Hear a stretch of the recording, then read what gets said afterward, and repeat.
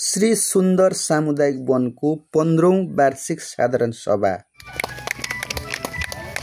सम्पूर्ण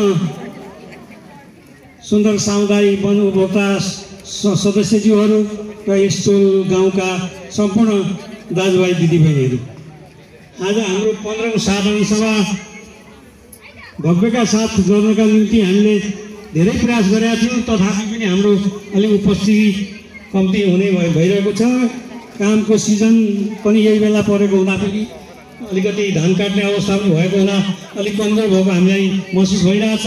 तथापि प्रथम कदाचित केही समस्या आइपरिहाल्यो भनेदेखि सिधै अब हामीसँग चाहिँ कोर्डिनेसन गर्न सक्नुहुनेछ। यसको लागि चाहिँ हामी सदा तत्पर रहनेछौँ।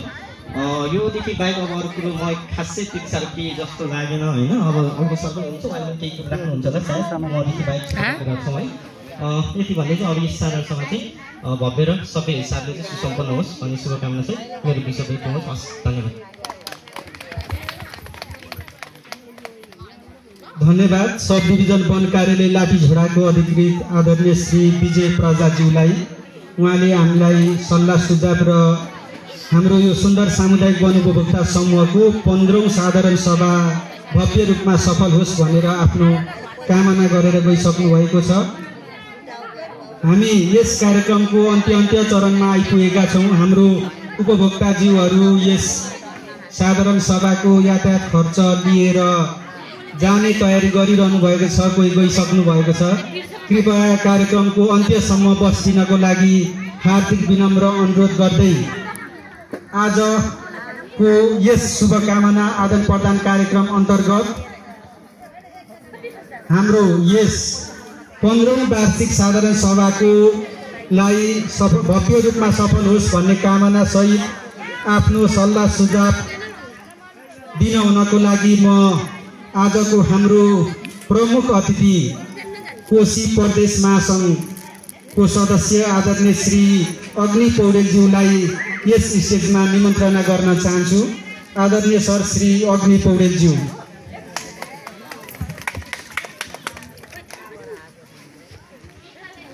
धन्यवाद सञ्चालक मित्र। यो सुन्दर सामुदायिक वन उपभोक्ता समूहको 15औं वार्षिक साधारण सभाका आदरणीय अध्यक्षज्यू, मञ्चमा आसीन सामुदायिक वन उपभोक्ता महासङ्घ नेपाल, सुन्दर हराइचा नगर महासङ्घका अध्यक्षज्यू, डिभिजन वन सब डिभिजन वन कार्यालय लाठीझोडाका प्रमुखज्यू, समूहका अध्यक्षज्यूहरू, पूर्व अध्यक्षज्यूहरू, लामो समयसम्म जिल्ला महासङ्घमा र प्रदेश महासङ्घमा रहने मेरो सहयोगका मित्र अर्जुन सर र यो कार्यक्रमलाई सफल बनाउनको लागि उपस्थित रहनुहुने सबै महानुभावहरूमा म सामुदायिक वन उपभोक्ता महासङ्घ नेपाल कोशी प्रदेश महासङ्घको तर्फबाट हरित अभिवादन व्यक्त गर्न चाहन्छु। सबभन्दा अगाडि प्रतिवेदन मैले हेरेँ, अध्यक्षज्यूको प्रतिवेदन मैले हेरेँ, सुने, मलाई खुसी लाग्यो। धेरै कुराहरू समेटिएर आएका छन्। अब यसका अलावा मलाई लागेका कुराहरू थोरै मात्रै जिज्ञासा छ, सुझाव छ भनौँ न। यो चाहिँ अब सुझाव नदिँदा पनि अरू हाम्रो कमल सर रिसाउनुको हुन्छ कि भन्ने लाग्छ। यो यहाँ 3टा सरकारी र ब्याङ्कहरू 3टा देखाउनु भएको छ। यो चाहिँ अलि एउटा मात्रै देखाए हुन्छ भन्ने लाग्छ, किनभने कि हामीले डिभिजन वन कार्यालयसँग पनि छलफल गर्यो यो विषयमा। अलिक ब्याङ्क टाढा छ भने एउटा सरकारी म्यानेजमेन्ट गरौँ न भन्ने कुराहरू छ। अब कुनै पनि सामुदायिक वनहरूले 6वटा 7वटा ब्याङ्क प्रयोग गरिरहेका हुन्छ। यो चाहिँ अलिकति नीति विपरीत भएको हुनाले अबका दिनहरूमा त्यसरी गइयो भने राम्रो हुन्छ भन्ने लाग्छ। सफल बनाइदिनु भएकोमा म सुन्दर सामुदायिक वनको तर्फबाट र मेरो व्यक्तिगत तर्फबाट तपाईँहरूलाई धेरै धेरै मुरी धन्यवाद दिन चाहन्छु। र अब मैले गरेका प्रश्न अब उहाँ अग्निशमन कुरा उठाउनु भयो, यो तारजालीको सम्बन्धमा पनि कुरा आयो होइन। तारजाली भनेको हाम्रो कार्ययोजनाभित्र छेउको भागबाट भित्र छिर्ने ठाउँमा मात्रै हामीले प्रयोग गरेका छौँ र योजना बनाएर योजनामै हामी त्यो समावेश छन्। भित्रभित्रबाट चाहिँ खाली ठाउँमा चाहिँ तार बेरा गरेर चाहिँ हामी बिरुवा रोप्ने कार्यक्रम रहेका छन्। त्यसले गर्दाखेरि उहाँले त्यो उठाए पनि हामी घना जङ्गलमा लगेर अब त्यो हुँदै नहुने ठाउँमा हामी लाउनेवाला छैनौँ र त्यो हामी योजनासहित हामीले चाहिँ सब डिभिजन वन कार्यालयको अथोरिटी लिएर मात्रै त्यो काम गर्नेछौँ। र अब आउने कार्यक्रममा हामीले चाहिँ यो भदौ असोजदेखि हाम्रो अर्को कार्ययोजना तयार गर्नुपर्नेछ।